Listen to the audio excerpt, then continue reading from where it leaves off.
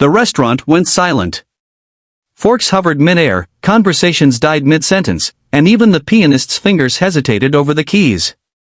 All eyes turned toward the man who had just spoken. His voice was steady but soft, the kind of calm that comes from storms already survived. "She's with me," he said, his hand protectively resting on the little girl's trembling shoulder. The billionaire heiress standing across the table froze, her lips parted but words refusing to come out. Her eyes widened in disbelief, as if her past had just walked into her gilded present, wearing worn-out shoes and holding the hand of a child who looked achingly familiar. If you believe in kindness, redemption, and second chances, then please take a moment to like, comment, share, and subscribe to our channel, Stories of Kindness. Your support helps us keep spreading stories that remind us of the beauty in humanity. The story began far from the luxury and light of that high-end restaurant, in a small apartment tucked behind a grocery store on the outskirts of the city. Ethan Ward, a single father in his early 30s, woke up before sunrise each morning. His alarm clock wasn't a sound but a gentle tug at his blanket, his 6-year-old daughter, Ava, whispering, "Daddy, the sun's up." He'd smile despite the exhaustion, because no matter how tough life became, her face made it all worth it. Ethan had once been an engineer in a prestigious firm, but when his wife passed away during Ava's birth, he fell apart. The company let him go after too many missed deadlines and sleepless nights. Since then, life had been about small victories, making rent on time, packing lunch for school, and convincing Ava that their tiny home was cozy, not cramped. He worked long shifts as a waiter at La Lumiere, one of the city's most exclusive restaurants, a place where the chandeliers sparkled brighter than most people's futures. He didn't belong there, not really, but he needed the job.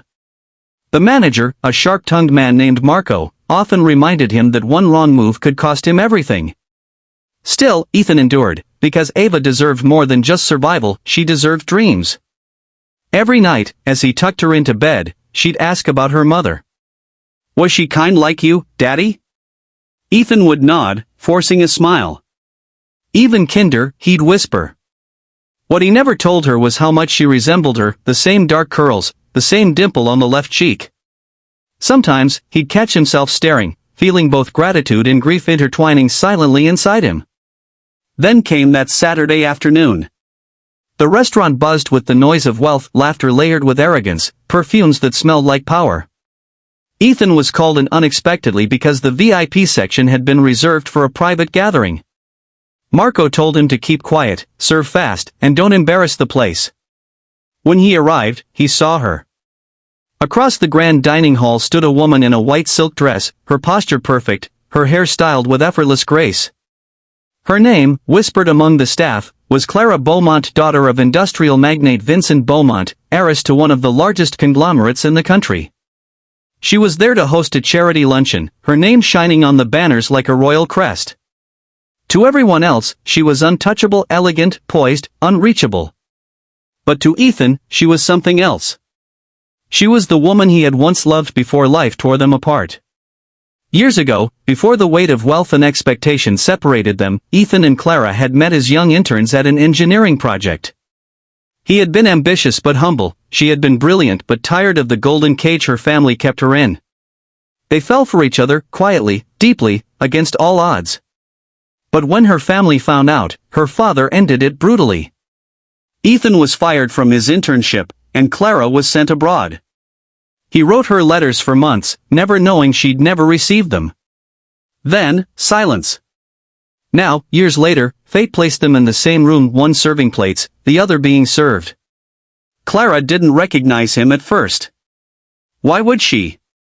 He looked older, thinner, his hands roughened by years of labor. But when their eyes met briefly across the hall, she froze.